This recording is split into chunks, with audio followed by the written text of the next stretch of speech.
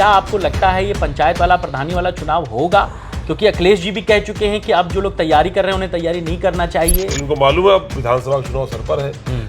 Bharatiya Janata party का जो गुंडा राज है वो लोगों का ध्यान आकर्षित कर रहा है।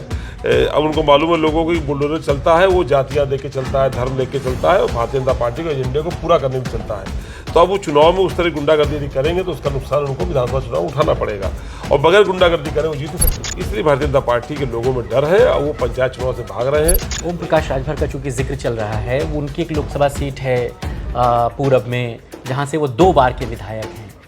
वो इस बार कह रहे हैं कि हम अपनी सिटिंग विधानसभा से चुनाव लड़ना नहीं चाहते हैं, वो कहीं और जाना चाहते हैं चुनाव लड़ने। पहले सपा के साथ साइकिल में बैठ के निकल गए थे, अब तो कीचड़ में कूद गए हैं। दलदल में फंसना तय है। अब वो दलदल में फंसेंगे वो निकल नहीं पाएंगे, कहीं भागे। सपा के साथ लड़े थे। तुम्हारा क्या काम है, वो सब गाने जो थे ना वो अभी चुनाव में सब फिर से याद आ जाएंगे। और अब इनको भारतीय जनता पार्टी लोग बता देंगे मेरे अंगने में तुम्हारा कोई काम नहीं और सपा सारा मिलना नहीं। एक और आपके साथ थे जयंत चौधरी, पश्चिमी में आपके साथ चुनाव लड़े थे। लगता है कि जो दादरी में रैली हुई अखिलेश जी की, उसके बाद उनकी थोड़ी दिल की धड़कनें बढ़ गई। कौन जयंत चौधरी? आरएलडी वाले चवन्नी आज जो पलट गई। चवन्नी पलट गई, इसमें कोई क्या करे। लोग किसी के गुलाम नहीं है। एक वो लोग हैं जो अंधभक्ति में लीन है, इनको कुछ दिखाई नहीं पड़ता। उनको हर तरफ के लगता है कि ये मोदी युग से पहले भारत आज़ाद नहीं हुआ था, मोदी युग के पहले विकास नहीं हुआ था, सब गलतियों के लिए नेहरू जी दोषी हैं, उस तरह के लोग हैं, उनको छोड़ दीजिए। अभी तो दादरी रैली में हमारे एक नेता आदरणीय राजकुमार भाटी जी, उन्होंने शक्ति प्रदर्शन किया है। अभी के लिए भाटी जी को नहीं झेल पा रहे हैं, तो राष्ट्रीय अध्यक्ष को झेल पाना बड़ा मुश्किल काम है। ये सब लाइन में जिन्होंने लग के जिन्होंने झेला है, लगा के नोटबंदी की लाइन से लेकर के कोविड वैक्सीन की लाइन से, राशन की लाइन से लेकर के SIR की लाइन, गैस की लाइन, खाद की लाइन, ये सब लोग लाइन में लग करके वोट डालेंगे और भारतीय जनता पार्टी को बिल्कुल उत्तर प्रदेश से भगाने का। आपने चोटी खींचने वाली और बटुकों का जिक्र किया। बीजेपी ने इसे मैनेज करने की बहुत कोशिश की, अपने डिप्टी CM को लगाया, उन्होंने अपने घर पे शंख बजवाया, बटुकों को बुलाया, पूजा अर्चना की। और लगता है डिप्टी CM इस्तीफा दे देते तो शायद लोगों की भावना शांत हो जाती। आप मलाई चाटे हैं सत्ता की, और जिस बिरादरी के नाम पे आप मलाई खा रहे हैं वो बिरादरी पीटी जाए, ये कौन स्वीकार करेगा? सम्मान किसी करना होता तो बुला किया जाता है, जाके किया जाता है। आपका सम्मान हमें करना था, आपको अपने घर बुला के सम्मान करेंगे, आपके घर जाके सम्मान करेंगे। ये सत्ता की गुंडाई है, कुछ नहीं है। अगर डिप्टी CM के अंदर साहस होता तो मड़ौली जब कांड हुआ था, जब बुलडोजर चला करके गरीब माँ बेटी जले थे, तभी उनको इस्तीफा देना चाहिए। जितनी चाबी भरी राम ने उतना चले खिलौना, तो जितना ऊपर चाबी भरी आती है दिल्ली से उतना वो चलते हैं। लखनऊ की चाबी तो उनसे मैच नहीं करती, उनके यहाँ उनके तो ऑफिस में लखनऊ वालों की फोटो भी नहीं लगी है। हमारे कार्यकर्ताओं के जज्बे ने ही तो भारतीय जनता पार्टी को बैकफुट कर दिया। SIR तो लाए थे बदनीयती से लाए थे, नुकसान पहुंचाने लाए थे, लेकिन नुकसान उल्टा उनका हो गया, क्योंकि उनका कार्यकर्ता सो गया, मुख्यमंत्री रोते रह गए कि 4 करोड़ वोट कट रहा है, हमारा वोट कट रहा है। हमारे कार्यकर्ता ने बूथ पे लड़ाई लड़ करके अपने वोट को बचाने का पूरा प्रयास किया। SIR को कोई इफेक्ट नहीं होगा? फायदा होगा। अच्छा, तो फायदा होगा क्योंकि उनके कार्यकर्ता सो रहा था घरों में, हमारा कार्यकर्ता लड़ रहा था बूथ पर। आपके शहर में अखिलेश जी के बड़े दौरे लग रहे हैं। इधर 2-4 दिन में, हफ्ते भर में कई बार गए हैं। एक कचौड़ी एक समोसे का वहां से स्लोगन चल पड़ा। क्या है मामला कानपुर में? ऐसा नहीं, देखिए हम लोग पार्टी के नेता हैं, वो सुख दुख में शामिल होते हैं। हम लोगों के कार्यकर्ताओं क्या कोई ऐसी बात होती है जहाँ सुख की घटना हो, दुख की घटना हो, वो शामिल होते हैं। ये हमारी पार्टी का स्वभाव रहा है। नेताजी भी जाते थे, चाचा शिवपाल सिंह भी जाते रहे और राष्ट्रीय अध्यक्ष जी भी जाते रहे, पहले भी जाते रहे। इधर कुछ ज्यादा शादी और ज्यादा कार्यक्रम और गमी घटनाएं हुई हैं तो ज्यादा गए हैं। हम लोग खुश हैं, कम से कम राष्ट्रीय अध्यक्ष दौरा होता है तो सारे कार्यकर्ता मिलते हैं एक जगह पर, एक दूसरे से मिलना होता है, कार्यकर्ताओं का मनोबल बढ़ता है, राष्ट्रीय अध्यक्ष सानिध्य प्राप्त होकर के नौजवान खुश हो जाते हैं। तो हम लोग प्रसन्नता, इधर कई दौरे कानपुर में हुए हैं, हम लोग उम्मीद करते हैं कि अभी और अधिक दौरे राष्ट्रीय अध्यक्ष जी कानपुर में होंगे। लगातार 27 के लिए ये लगता है कि एक एनर्जी बूस्टर होता है कार्यकर्ताओं के बीच, जब उनका सबसे बड़ा नेता होता है तो एक बड़ी खुशी होती है, दिलचस्पी होती है। समान दिनों में सब कार्यकर्ता अपने अपने क्षेत्रों में काम करते हैं। मान लीजिए कोई किसी मोहल्ले में नेता है तो उस मोहल्ले में काम कर रहा है, कोई विधानसभा का नेता है तो विधानसभा में काम कर रहा है, कोई शहर में नेता शहर भर में घूम रहा है। आपस में मिलना जुलना नहीं हो पाता है। जब हमारे बड़े नेता आते हैं, खासतौर पर राष्ट्रीय अध्यक्ष आते हैं, सारे ही नेता स्वागत में पहुंचते हैं, सारे नेता उनके आसपास रहने का प्रयास करते हैं, सबकी सबसे मुलाकात होती है। और इतने सारे साथियों को देख करके कि हम लोग कोई अकेले लड़ाई नहीं लड़ रहे हैं, हजारों की संख्या हमारे साथी लड़ाई लड़ रहे हैं, इन सबको एक साथ देख करके कहीं ना कहीं मनोबल बढ़ता है। और जो आप सब इस्तेमाल कर रहे हैं कि एनर्जी बूस्टर का काम करता है और सचमुच इससे ताकत बढ़ती है हम लोगों की। कुछ और विषय पे आपसे चर्चा करना चाहूँगा। आपके पुराने सहयोगी रहे, 22 में आपके साथ गठबंधन में चुनाव लड़ा था ओम प्रकाश राजभर जी ने, मौजूदा मंत्री हैं। एक बात तो पंचायत चुनाव को लेकर के कि क्या आपको लगता है ये पंचायत वाला प्रधानी वाला चुनाव होगा, क्योंकि अखिलेश जी भी कह चुके हैं कि अब जो लोग तैयारी कर रहे हैं उन्हें तैयारी नहीं करना चाहिए क्योंकि ये चुनाव होगा नहीं। मंत्री की मंशा है, आपको लगता है कि चुनाव वो करवा सकते हैं? आप पत्रकार साथी हैं, क्या आपको लगता है चुनाव होगा? आपको क्या लगता है? आप बताइए, आप नेता हैं, आपके पास अच्छी लाइन होगी। पत्रकार नहीं, देखिए, ये हम आपको सबको पता है जी कि सरकार चुनाव नहीं चाहती है। ये लगातार लेथार्जिक रवैया होता है ना, उदासीन रवैया, इन्होंने लगातार उदासीन रवैया अपनाया है। चूंकि पिछले बार जब पंचायत चुनाव हुए तो इन्होंने जबरदस्ती, गुंडागर्दी, महिलाओं का अपमान, बैलेट छीनना, नामांकन फार्म छीनना, जाने कितनी आपराधिक घटनाएं करके जहे तैसे चुनाव इन्होंने ठीक किए थे। तो इनको मालूम है अब विधानसभा का चुनाव सर पर है। भारतीय जनता पार्टी का जो गुंडा राज है वो लोगों का ध्यान आकर्षित कर रहा है। अब उनको मालूम है लोगों को बुलडोजर चलता है, वो जातियां देके चलता है, धर्म लेके चलता है, और भारतीय जनता पार्टी के एजेंडे को पूरा करने में चलता है। तो अब वो चुनाव में उस तरह गुंडागर्दी यदि करेंगे तो उसका नुकसान उनको विधानसभा चुनाव उठाना पड़ेगा, और बगैर गुंडागर्दी करें वो जीत नहीं सकते। लोकप्रियता के आधार पर भारतीय जनता पार्टी जीत नहीं सकती। इसलिए भारतीय जनता पार्टी के लोगों में डर है और वो पंचायत चुनाव से भाग रहे हैं। इस बात का हम लोग बहुत पहले से मूल्यांकन कर रहे थे कि चुनाव नहीं कराएंगे। हम लोग आपस चर्चा करते हैं चुनाव नहीं कराएंगे। अब तो अप्रैल खत्म होने पे आ गया, तो अब कब चुनाव कराएंगे ये? तो हमें नहीं लगता कि भारतीय जनता पार्टी कोई मंशा चुनाव कराने की, बल्कि मैं कहता हूं कि भारतीय जनता पार्टी की हिम्मत नहीं है कि वो पंचायत चुनाव करा सके। ओम प्रकाश राजभर का चूंकि जिक्र चल रहा है, वो उनकी एक लोकसभा सीट है पूरब में, जहां से वो 2 बार के विधायक हैं। वो इस बार कह रहे हैं कि हम अपनी सिटिंग विधानसभा से चुनाव लड़ना नहीं चाहते हैं, वो कहीं और जाना चाहते हैं चुनाव लड़ने के लिए। आपको क्या लगता है, क्यों ऐसा कह रहे हैं? देखिए, पहले सपा के साथ साइकिल में बैठ के निकल गए थे, अब तो कीचड़ में कूद गए हैं। दलदल में फंसना तय है। अब वो दलदल में फंसेंगे, वो निकल नहीं पाएंगे, कहीं भागें। और दलदल की क्वालिटी होती, जितना अधिक उसमें दौड़ भाग करोगे उतना और गहरे धंस जाओगे। अब वो डरे हुए हैं, लेकिन कैसे भी हो समाजवादी पार्टी सहयोग करेगी नहीं, और समाजवादी पार्टी के सहयोग से जीते थे। तो वो इधर उधर भागदौड़ कर रहे हैं, जितना भागदौड़ करेंगे उतना दलदल में और फंसेंगे। हमें लगता नहीं कि 19वीं विधानसभा के सदन में राजभर जी और उनकी पार्टी के लोग दिखाई पड़ेंगे। बिल्कुल क्लीन स्वीप हो जाएगा। हमें वो जो जीते थे किसके बल पे जीते थे? समाजवादी पार्टी कार्यकर्ताओं ने अपने कंधे पे बैठा करके और साइकिल के कैरियर बैठा के पहुंचाया था। भारतीय जनता पार्टी कार्यकर्ता उनसे बदला लेंगे अपना, आप देखते जाइए। क्योंकि जिस जगह पे सपा के खिलाफ लड़े थे, सपा के साथ लड़े थे, तुम्हारा क्या काम है, वो सब गाने जो थे ना वो अभी इस चुनाव में सब फिर से याद आ जाएंगे। और अब इनको भारतीय जनता पार्टी के लोग बता देंगे मेरे अंगने में तुम्हारा कोई काम नहीं है, और सपा सारा मिलना नहीं है। तो अभी दलदल में फंस गए और उनका डूबना तय है। तो बीजेपी में इनके लिए मुश्किलें हैं? हमें लगता नहीं, यदि कोई स्वाभिमानी कार्यकर्ता भारतीय जनता पार्टी होगा तो वो जो उनको कल को गाली देता था उनको क्यों जिताएगा भाई? वो इनके अपनी पार्टी में दम नहीं है, ये किसी में लोड होके जाते हैं। ये भारतीय जनता पार्टी के स्वाभिमानी कार्यकर्ता कुछ होंगे, कुछ तो होंगे, तो वो इनको क्यों जिताएंगे? वो सोचेंगे इनसे छुटकारा पाओ, आपकी हरवा लोग तो अगली बार सीट भारतीय जनता पार्टी कोटे में आ जाएगी, तो वो खुद ही निपटा लेंगे, उसमें हम लोग को आवश्यकता नहीं पड़ेगी। क्योंकि वो जिस सीट पे चुनाव लड़ने की बात कह रहे हैं, अतरौलिया, हालांकि आपकी पार्टी के विधायक हैं, संग्राम सिंह जी वहाँ से विधायक हैं, लेकिन अतरौलिया से वो कह रहे हैं जहूराबाद से मैं नहीं लड़ना चाहता, जहाँ से मैं विधायक हूँ, मैं अतरौलिया जाना चाहता हूँ। जबकि बीजेपी की गठबंधन में वो सीट कोटे में संजय निषाद के पास है। अरे कहूँ चले जाए वो ना, ये वो लड़े आपस में, हमसे उससे वास्ता नहीं है, पर वो कहूँ चले जाए। और संग्राम भाई तो वैसे भी अच्छे पहलवान है, वो ठीक ठाक पटकेंगे, मतलब पटकेंगे नहीं, ठीक ठाक पटकेंगे।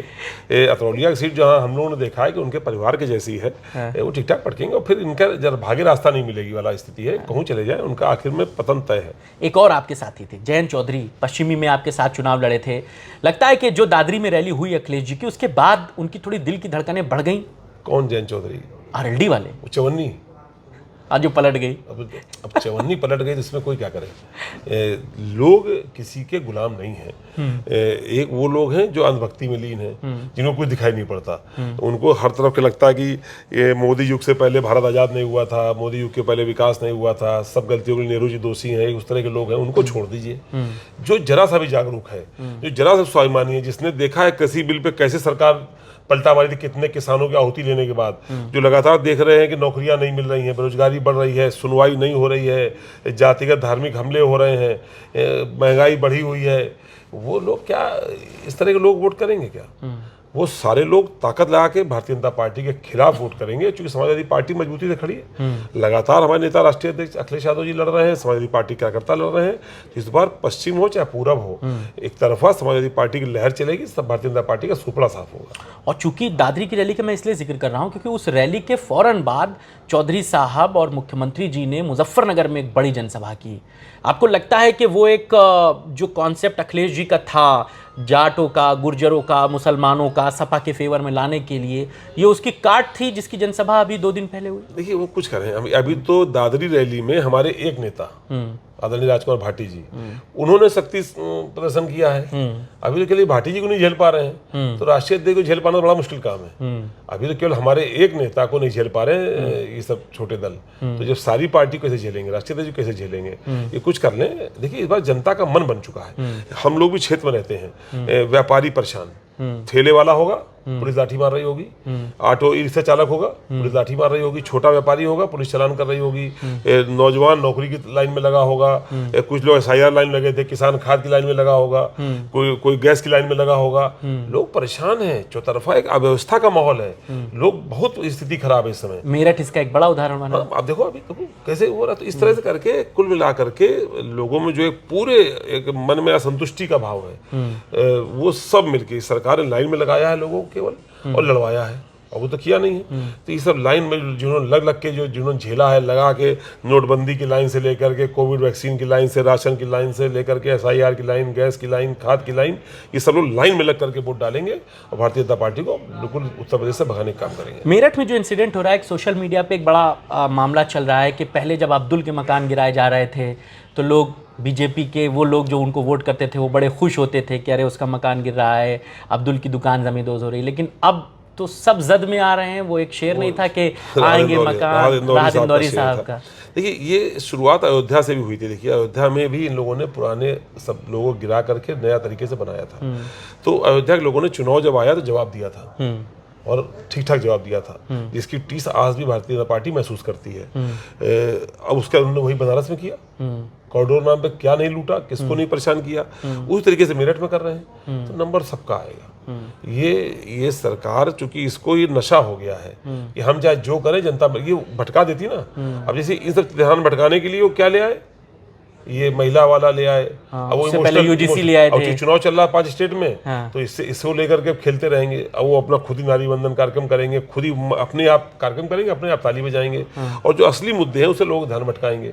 लेकिन जो झेलता जा रहा है, एक बड़ा वर्ग है जो झेल चुका। अच्छा उसमें कई दुकानें टूट रही हैं तो क्या कोई जाति धर्म को देख के टूट रही है क्या? सब तरफ तहस नहस हो रहा है ना। तो इन्होंने कई जगहों पर ऐसे किया है, तो उन सबको उम्मीद समाजवादी पार्टी से है।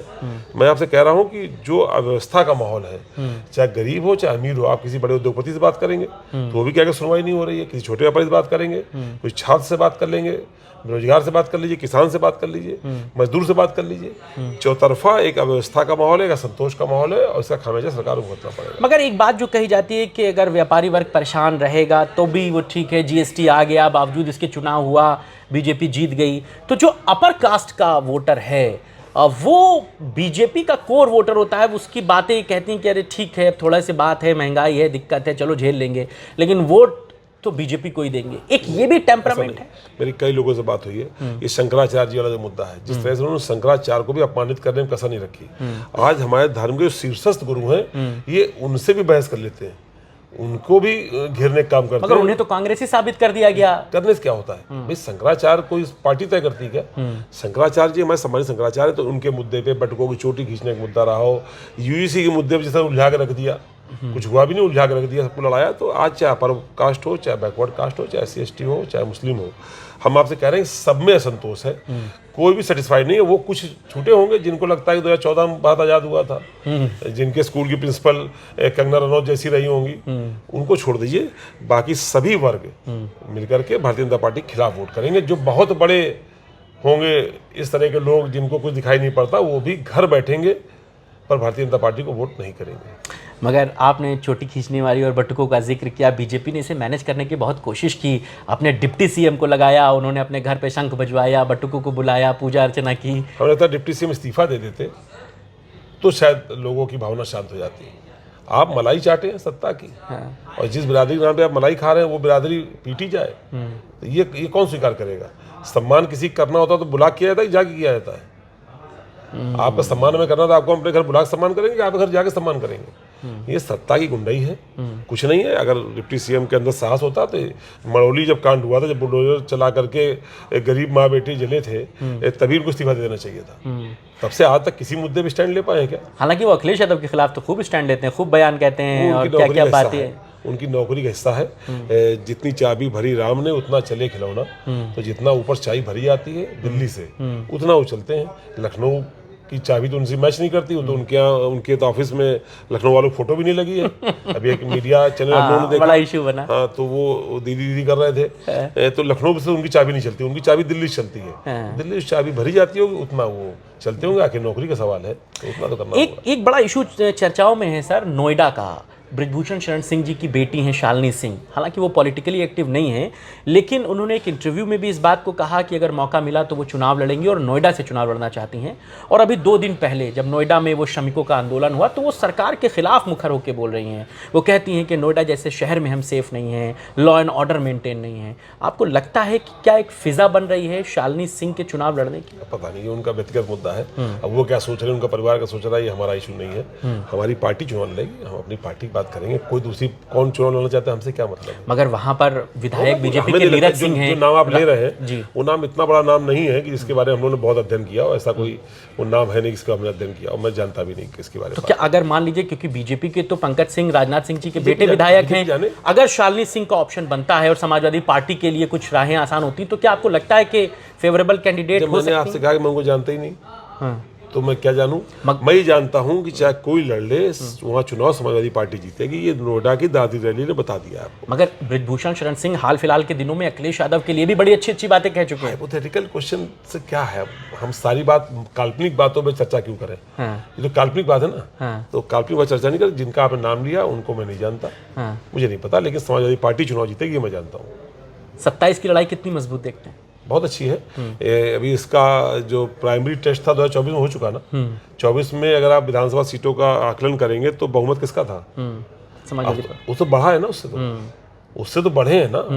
तो हम सोचते हैं कि ऐसा बहुमत आएगा जिसकी कल्पना भी नहीं करी होगी हमने। आप वो टेम्परामेंट मेंटेन रहेगा 27 तक? बढ़ेगा। अभी कल एक पत्रकार साथी कह रहे थे कि समाजवादी पार्टी का 100 कार्यकर्ता, भारतीय जनता पार्टी 200 कार्यकर्ता पे भारी बैठता है। हमारे कार्यकर्ताओं का जोश और जुनून, सरकार के खिलाफ लड़ने की जो इच्छा शक्ति है वो मजबूत है। जब कई बार लोग कहते हैं हम लोग चुनाव हार रहे हैं, तो लोकसभा में जो प्रदर्शन समाजवादी पार्टी ने किया है ये काबिल तारीफ नहीं है क्या? हम लोग कभी निराश नहीं होते, हम लोग लड़ाई लड़ते हैं, मुद्दों पर लड़ते हैं। तो हमारा जोश मजबूत है। हम कार्यकर्ता हमारा दीवाने की तरह लड़ रहा है। अब SIR में दिखाया ना, हमारे कार्यकर्ताओं के जज्बे ने ही तो भारतीय जनता पार्टी को बैकफुट कर दिया। SIR तो लाए थे बदनीयती से लाए थे, नुकसान बचाने लाए थे, लेकिन नुकसान उल्टा उनका हो गया, क्योंकि उनका कार्यकर्ता सो गया, मुख्यमंत्री रोते रह गए कि 4 करोड़ वोट कट रहा है, हमारा वोट कट रहा है। तो हमारे कार्यकर्ता ने बूथ पे लड़ाई लड़ करके अपने वोट को बचाने का पूरा प्रयास किया। SIR को कोई इफेक्ट नहीं होगा? फायदा होगा। अच्छा, फायदा होगा, क्योंकि उनके कार्यकर्ता सो रहा था घरों में, हमारा कार्यकर्ता लड़ रहा था बूथ पर। अभी वोटर लिस्टें आ गई, हम लोग आकलन करा रहे हैं, हमें जो दिख रहा है हमें लग रहा है कि हमारा फायदा होगा। नुकसान नहीं होगा, फायदा होगा। चलिए, उम्मीद की जानी चाहिए। समाजवादी पार्टी के कार्यकर्ताओं का मनोबल मजबूत है और हम लोग 2027 में निश्चित रूप से भारी बहुमत के साथ में सरकार में आने वाले हैं। चलिए, बहुत शुक्रिया हमसे बातचीत करने के लिए। अमिताभ बाजपेयी जी हमारे साथ थे और वो खुलकर कहते हैं कि 27 की लड़ाई बड़ी जोरदार है, और जब उनका राष्ट्रीय अध्यक्ष अपने नेता कार्यकर्ताओं के बीच में होता है तो ये मनोबल और बढ़ जाता है। 27 तक की ऊर्जा कायम रहेगी। बहुत सारी शुक्रिया, बहुत सारी शुभकामनाएं सर, हम अपना समय देने के लिए। आपको चर्चा कैसी लगी मैं बताइएगा, आपकी राय और विचारों का इंतजार रहेगा। नमस्कार।